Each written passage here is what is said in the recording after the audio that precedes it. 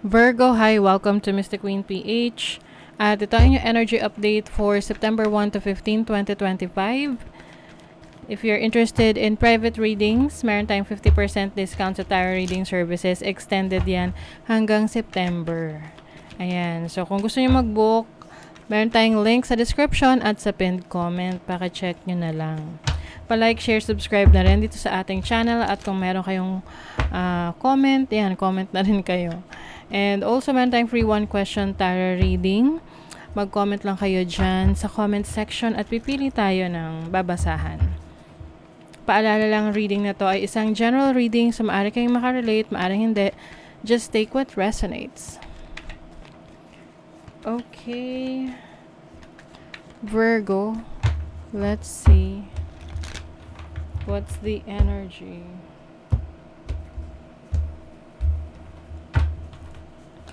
Overall energy, challenge, opportunity, blessing, money, career, at love life and family. Okay. Bottom of the deck is the Five of Pentacles. Parang, okay, para sa collective sa ngayon, pwedeng may mga challenges related sa trabaho, sa pera, sa business. Oo, kasi pa-bare months na, no? Or bare months na kasi September 1 to 15 to. But I think, no, whatever this is na financial challenge sa inyo or sa trabaho ninyo, mabibigyan nyo ng solusyon yan with the King of Swords.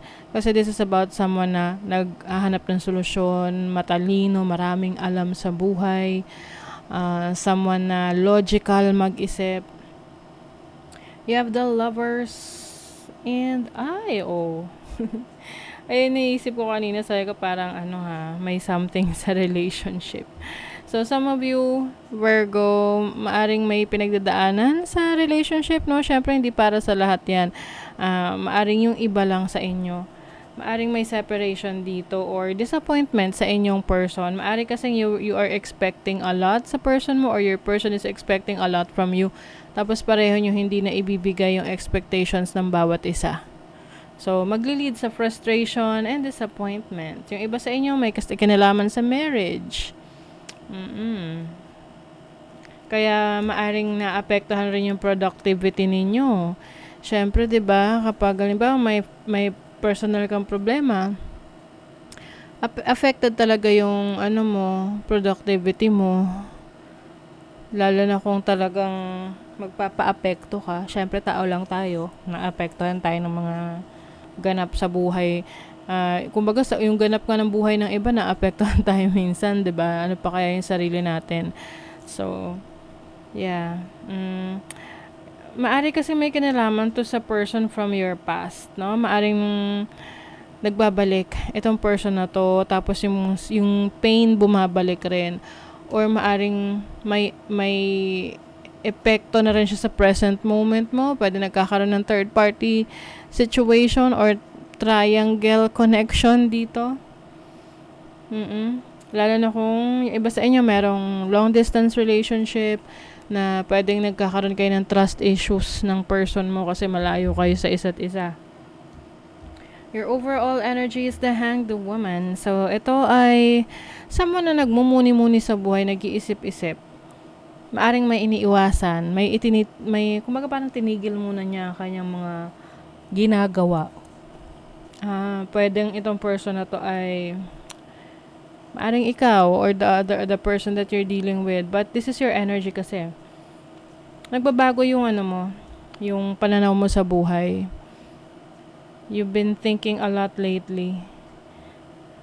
Medyo stress yung iba sa inyo, Virgo.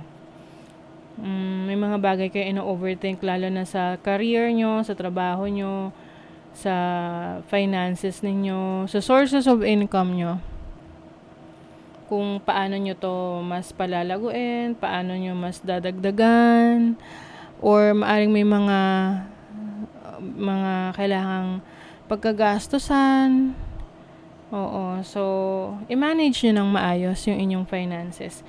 And then your challenge is the Ace of Cups. So maaring this is merong new opportunity sa'yo ngayon na maaring hindi mo napapansin dahil you've been thinking, iniisip mo yung mga challenges or iniisip mo yung mga bagay na kailangan mong harapin sa ngayon na hindi mo nakikita yung ibang oportunidad sa paligid mo. Now, your opportunity is the Knight of Pentacles. So, you have the opportunity to stabilize your career, your finances, your job, your business. But it's a process. Proseso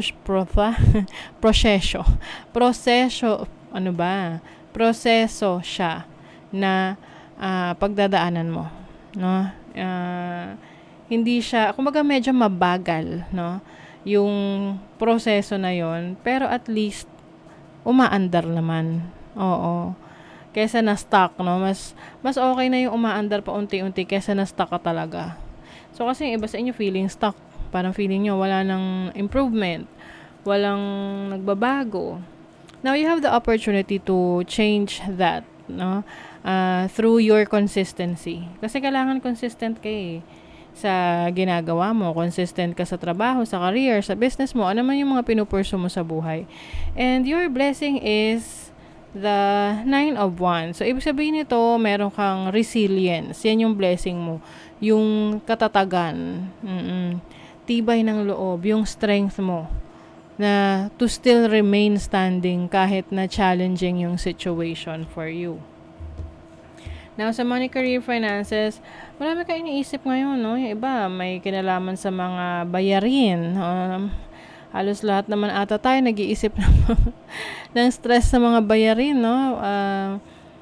Maaring maraming nakaasa rin sa inyo, no? Some of you breadwinners. Or pagdating naman sa work ninyo, maraming pressure sa paligid ninyo. Yung can be sa workplace, can be sa source of income mo ngayon or sa pinupurso mo, maaring ikaw mismo yung nagbibigay ng pressure sa sarili mo para mas mag-effort, no? Kaya lang minsan kapag if you put too much pressure naman sa sarili mo, nakaka-frustrate din naman, no? So, give yourself a break at kung ano lang yung kaya mo at your own pace kasi iba-iba rin naman tayo ng path, no, ng level of commitment. So, kung ano yung kaya mo i-commit sa sarili mo, one at a time, para hindi ka nasa-stress. So, for your relationship, there's definitely a transformation and change. So, some of you, this can be a positive change. Pwedeng, yung iba sa inyo, pumapasok sa bagong relationship. Something is ending, like ending a cycle or a situation sa buhay mo, like from single to in a relationship or from in a relationship to single. Okay, so depende na yan sa inyong situation kung paano. But definitely, it's a major transformation sa relationship ninyo. Pwede tong romantic, pwedeng sa family, friends, you may be cutting off connections, or may iwasan ka na tao, or may nag-end na connection.